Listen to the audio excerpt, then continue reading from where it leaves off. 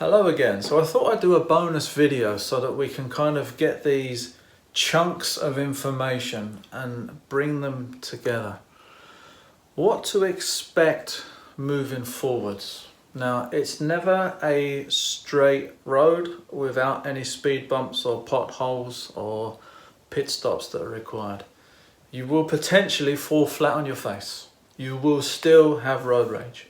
You will still snap at people. You may raid the fridge at 3 in the morning and feel terrible. You may get angry at your partner. You may just have days where you want to sit on the couch and completely switch off and disappear in 8 hours of Netflix. These are fine, but ask yourself, do they serve you? We're not expecting robots. That isn't the goal. We don't want perfection. We don't want a robot. We don't want someone that's up at 3 o'clock, works 20-hour days, and then goes back to bed. That isn't going to be healthy for you mentally or physically. The goal of this is really for you to ask a powerful question. What am I capable of? Or reverse it.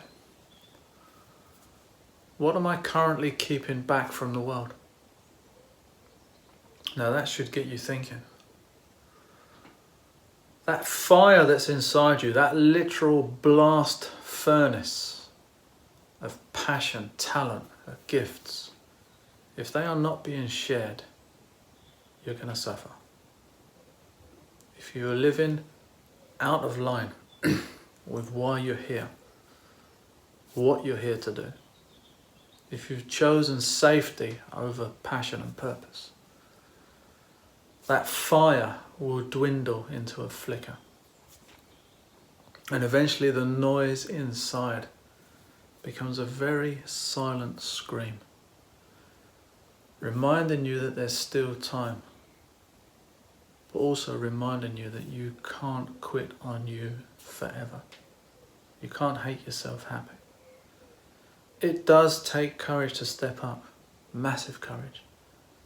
But it's so important to understand that there's two choices here. Stay as you are. Step into the person in your head that potentially keeps you awake every day. Daydreaming, struggling to meditate. Why? Because there's that ideal self that is living in a flow state driven by purpose and passion and impact in the world. I'm telling you this because I've seen it. I'm not there yet, but I've experienced it. And the difference is phenomenal. People don't even know that this level exists. And as I got to understand this level, I was shown by people way above me that there's even more layers. You land, you think, wow, you're overwhelmed, but there's so much more. You have no idea what can happen. When we drop the mask, we stop pretending everything's okay, and we start to live authentically. We say no when we mean no. We say yes when we mean yes. We are confident enough to take ownership and responsibility of this vehicle, our life, our choices, the people that we interact with. We move out the people that are life, time and energy vampires. We draw into us people that uplift us and inspire us. You've got one shot at this.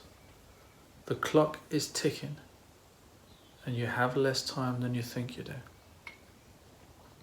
So my closing message is reflect on where you are and where you'd like to be. If there's a big discrepancy there, start taking action today. Close the gap between the self here and the self that you know you can become.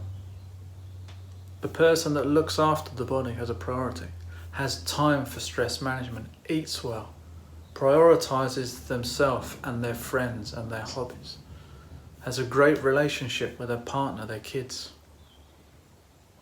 doesn't sit home numbing themselves with celebrity, entertainment, distraction, because we cannot spend more than 30 seconds on our own without wanting to do something.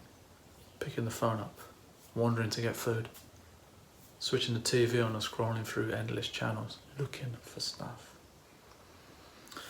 To close, spend time with you. Long forest walks, maybe a weekend solitary log cabin. Spend time with you. Get to heal that relationship. Get to accept that person and understand them. Apologize. Forgiveness is a powerful tool. I have not put your best interest first, and I apologize. I'm going to look after you. You are going to be a priority in my world. And see how that works for you.